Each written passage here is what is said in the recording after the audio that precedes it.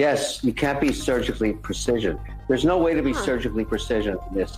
You have to cut more because you just don't know. There's no way to do it. Remember, we've never audited government for 100 years. Is an absolute assault, not just on the people they're firing, but the rest of society. Because what happens to people when they're desperate and they have no work? What do? People do whatever it takes to survive. Hey, it's Jordan. I am in Flint, Michigan, East Palestine, Ohio, Tumwa, Iowa. Please support the only independent outlet on the ground covering what the corporate media covers up. President Musk, apparently his unelected aides in the DOGE, I'm calling it DOGE unit, have resigned because these folks are not quite as soulless and ketamine fueled as he is. So federal technology staffers resign rather than help Musk and DOGE. 21 civil service employees have resigned from billionaire Trump advisor Musk, DOGE, saying they're refusing to use their technical expertise to, quote, dismantle critical public services. If you read in the article, quote, we swore to serve the American people and uphold our oath to the Constitution across presidential administrations, the 21 staffers wrote in a joint resignation letter, a copy of which was obtained by the AP. The employees also warned that many of those enlisted by Musk to help him slash the size of the government under Trump were political ideologues who did not have the necessary skills or experience for the task ahead. You don't say. The mass resignations of engineers, data scientists, and product managers is a temporary setback for Musk and Republican president's tech-driven purge of the federal workforce. So, yeah, they'll just replace those 21, I guess, with some other, tech pros. I'm sure there's not a lack of 20-something, in some cases, teenagers who will step in to help President Musk in his, very, very righteous endeavor to recklessly break stuff and then try to fix it afterwards, as he likes to say. Go in and break stuff. But I want to start, Steve. This clip was truly just nauseating, but it kind of signifies everything going on right now. I think that under the under the Bernie wave, you kind of had corporations over the last decade. They were still doing horrible things behind the scenes, but they kind of at least attempted to put out platitudes that they cared about workers, cared about diversity, et cetera. Now that Trump has gone in with his ally, Musk, all of these oligarchs are just tossing away any pretense that they give a shit about anything other than they're actually proud to put out that they want to inflict pain on workers. Let's start. If you've ever watched Shark Tank, I love beating the shit out of this man. We've done it before, actually, you and I, with Kevin O'Leary, who's a millionaire who's not even an American, by the way. He's a Canadian. But CNN, for some reason, feels they should have him on to opine. So he was on last night with a former congressman, former Democrat. No commentary yet. Let's just play some of it. The federal government is not a company that you take over. This may work on Shark Tank, but it's not a company that you take over and dismantle and sell for parts because you want to do it in a different way. You have to do things in accordance with the Constitution. The smile is back. I think I know why. Kevin, what's your thought? Federal government is fat, dripping with fat. 100 years of never being scrutinized, never been examined, never looking for any efficiencies. Finally, here's an individual that's willing to do it for free with extremely great executional skills, and people are uncomfortable. Don't worry about it. The American people want to know how much waste is evident. And I think they're getting answers, and it's not good. So, Tom, I love it. You're absolutely right. But frankly, just between you and I, he's not cutting enough. In the concept of private equity, when you find a broken, bankrupt company, you look at the spreadsheet, you say, okay, this is the original cut idea. You cut 20% more because it really hurts when you cut. You cut deep, you cut fast, you chop, you hack, and then you hire back because you don't want the trauma to everybody multiple times. I don't think he's doing enough. He's not cutting enough. We should cut more, 20% more. It's all fat. It's waste. There's so much waste in federal government. This is great for the American people. Kevin, how can it be so great to then if it's to rehire? First of all, the number 20% just seems completely arbitrary. I don't know where you're basing that off of, other than it sounds like maybe an idea. But also, hold on, I want to hear your responses. But Kevin, it doesn't make efficiency sense to say I'm going to thrash and burn and then try to regrow everything and try to come back and figure out what I've done that was ineffective in the instance. Isn't an audit supposed to be I'm going to take an assessment and then I'm going to decide the prudent course of action? Why is it while I'm auditing, I'm getting rid of, and then I'll figure out if it was a good idea? Would that work in your business? Yes, you can't be surgically precision. There's no way to be surgically precision in this. You have to cut more because you just don't know. There's no way to do it. Remember, we've never audited government for 100 years. Never done this before. You may not like it. Tom doesn't think that's right. Tom, what's your reaction to that? There's government's not audited. Every agency of the federal government, it helps to know some things if we're going to have this debate. So there's a lot to get to, Steve. I will let you go first because I'm going to go ham. Well, then I'll play the soft guy for a moment, which isn't my style, but I want to make sure that I don't just get known for screaming at the camera here for a minute. The fact of the matter is that so much of this, you know, from a worker standpoint, from a citizen standpoint, we are all clueless. We're like, what are they doing? So it sounds really good to a lot of people, not maybe the people that are aware, but to most people, it sounds like, man, they're auditing, they're really digging in, they're looking in, they're peeling back the curtain, they're digging into all this waste. But here's the thing. Government is the one place where we can hire people that the private sector in many cases won't hire, because private sector only hires enough people to do whatever. The rest of the people are left without a job. And then you have, let's just be honest, people that are not very good people talking about, you loser, you waste, you lazy fuck sitting on the corner. Why don't you go get a job?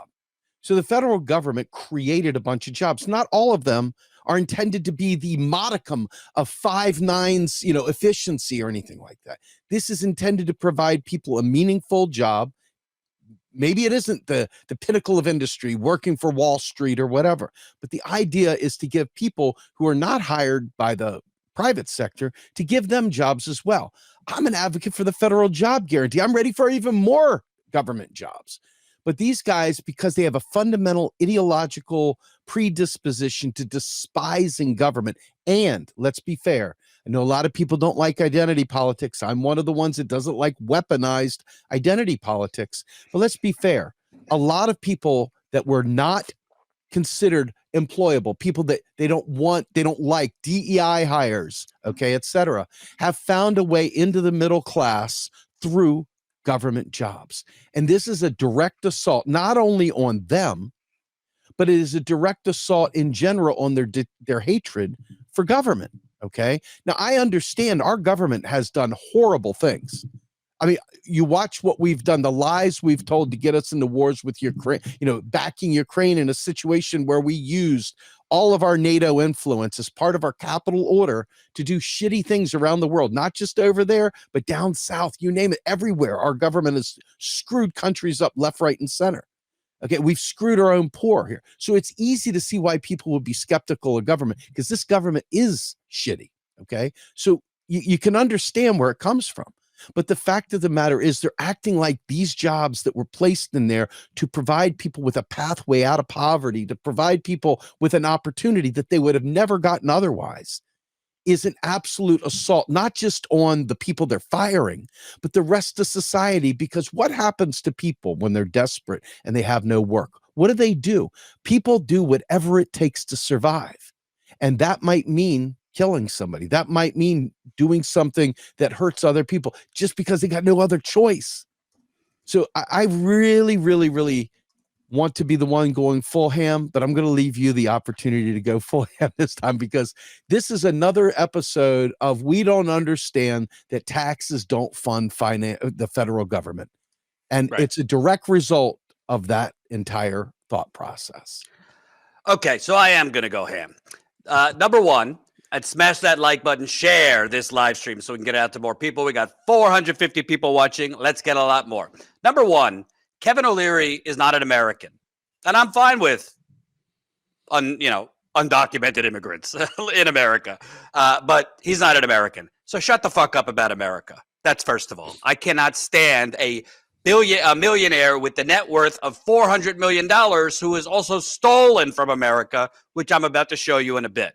So why CNN, and it's not just CNN, a bunch of different outlets keep having this guy on to suck off Trump and Musk. He's worth $400 million, and he wants to lecture us. You're not doing enough. Cut. We'll find out after we cut if, we did some damage. What? And I don't know if you meant it this way, but I actually disagree.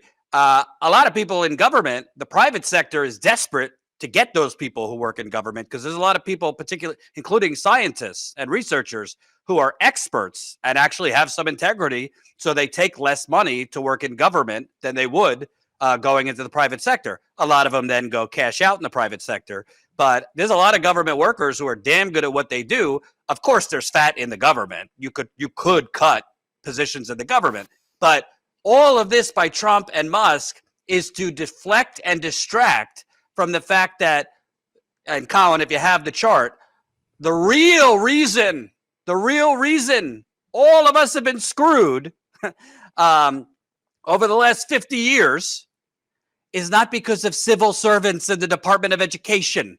It's not because of civil servants in the Small Business Administration or the IRS or name it. It's because of the corrupt politicians who are elected. That's why the money has been stolen. That red line, all of our money going to Kevin O'Leary and Elon Musk and Jeff Bezos. It's not because of fat in the government. It's because of corrupt fucks that are elected who are selling your futures and presents to the donors like Kevin O'Leary.